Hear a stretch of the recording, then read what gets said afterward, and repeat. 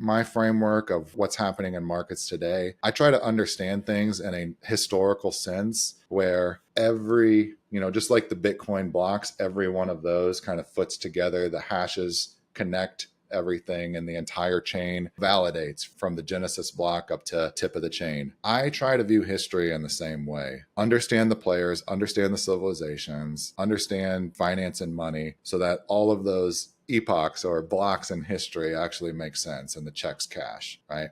Let's start with this. So the modern world we live in began in 1492 when globalization entered a new phase, right? Coming out of the kind of the collapse of the Silk Road, Marco Polo, those land-based trade routes, went through the Dark Ages. We really kicked off the modern world when Europe, led by Spain and Portugal, started sending ships to establish trade routes with the New World, the Western Hemisphere continents, and then Southeast Asia, right?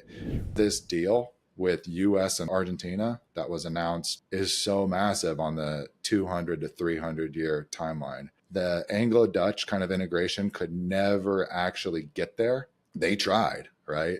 You had the Falkland Island Wars in the early 1980s. Argentina just pushed them out. They're like, no, we don't want you, British invasion. We don't want that. But you're seeing here with the movement, as their internal politics have been progressing, the power struggle in Argentina is basically between the legacy kind of pseudo-nationalists, the Peronists, the modern days, it's the Kirchnerists, right? They're losing. Their party's on the downswing. They're still the largest political party by seats, but Milei and what he represents, they have the coalition. They have the popular support now, not to integrate with China, who definitely wants to pseudo-colonize, integrate Argentina, its resources into the Belt and Road. They've taken the deal from the US. They want US to be their partner of choice. They literally use that words in their statements that are published from the US Embassy.